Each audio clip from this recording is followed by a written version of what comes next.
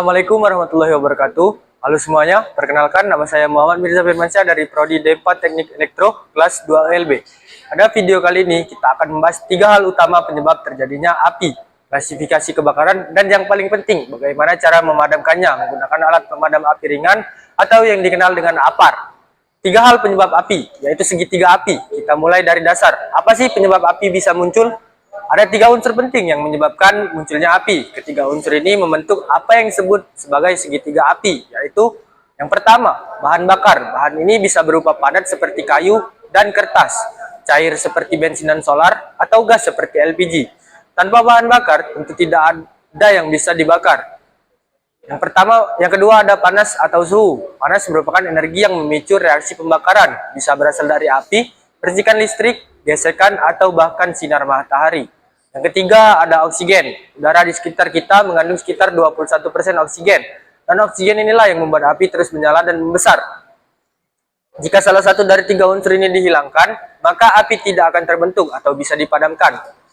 Klasifikasi kebakaran. Sekarang mari kita pahami jenis-jenis kebakaran. Tidak semua api itu sama dan tidak semua bisa dipadamkan dengan cara yang sama. Kita mengenal 4 kelas kebakaran, yaitu yang pertama kelas A, terjadi pada benda padat non-logam seperti kayu, kertas, kain, dan karet. Yang kedua ada kelas B, terjadi pada cairan dan gas yang mudah terbakar seperti bensin, solar, dan LPG.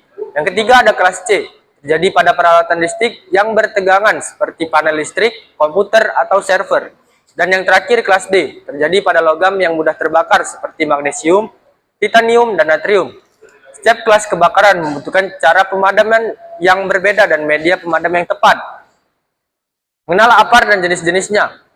Untuk menghadapi kebakaran sejak dini, kita menggunakan APAR atau alat pemadam api ringan. APAR berbentuk tabung yang diisi bahan kimia tertentu, ringan, mudah dibawa, dan bisa dioperasikan oleh satu orang.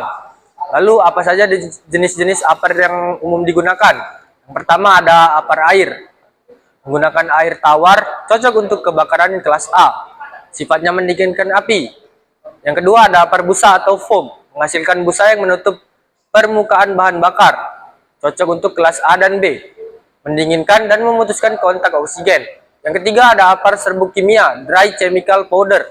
Ada 3 jenis. Yang pertama ada reguler, multipurpose, dan spesial. Cocok untuk kelas B dan C. Bahkan bisa untuk kelas A jika multipurpose. Memadamkan api dengan cara mengisolasi oksigen.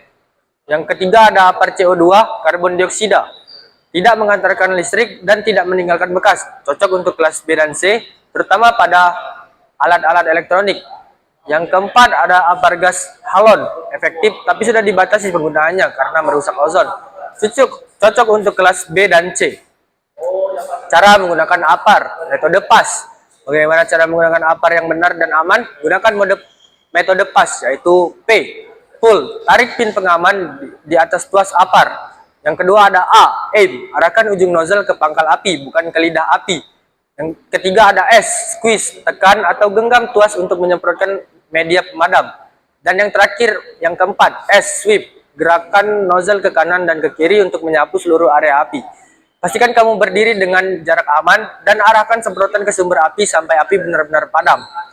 Sekarang kita tahu bahwa memahami penyebab api, mengenali klasifikasinya, dan mengetahui jenis APAR yang tepat adalah hal krusial dalam mencegah kebakaran. Karena mencegah lebih baik daripada memadamkan. Jadilah peduli karena keselamatan dimulai dari kita sendiri. Tetap waspada, tetap aman. Terima kasih telah menonton video saya. Saya akhiri. Wassalamualaikum warahmatullahi wabarakatuh.